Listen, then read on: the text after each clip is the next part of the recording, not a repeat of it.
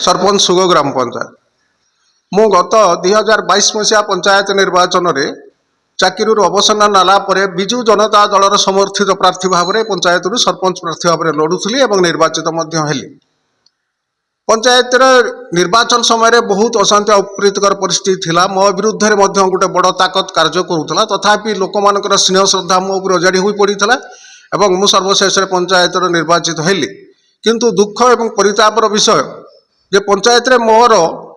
आवश्यक मुताबक ward member समर्थन नथिबारु मु 2 वर्ष धरी मोर पंचायत रे कौन प्रकार उन्नतिमूलक कार्य कराई देउना विपक्ष माने एक मु उपरस्थ अधिकारी की जनई बहुत समय। तथापि मु धैर्यर सहकार अपेक्षा करिछि सुदिन से सुदिन केबे आसीबो और मु आशावादी निश्चित से सुदिन खूब शीघ्र आसीबो। बाकी मु 2 वर्ष भितर सरकार का विभिन्न अनुदान रे जो पैसा आसी भावंतु आम ओडिशा नवीन ओडिशा रे जो 50 लाख टंका आसीथिला तार सदुपयोग मु प्रॉपर भाव रे एवं ठीक भाव रे विनियोग करूछि और से बाबद रे निर्माण कार्य जहाँ करवा कथा मध्य मु करि चलिछि। आम पंचायत रो जो आगामी निर्वाचन जो साधारण निर्वाचन 2024 मसीहा जून मासरे अच्छी से बाबद में आमर विभिन्न समय आम कर्मी सम्मेलन डाकुचु एवं कर्मी मानक महल रे वर्तमान सांप्रतिक आलोचना मध्य करी आगामी निर्वाचन में आमर प्रिय नेता उदीयमान नेता युवक नेता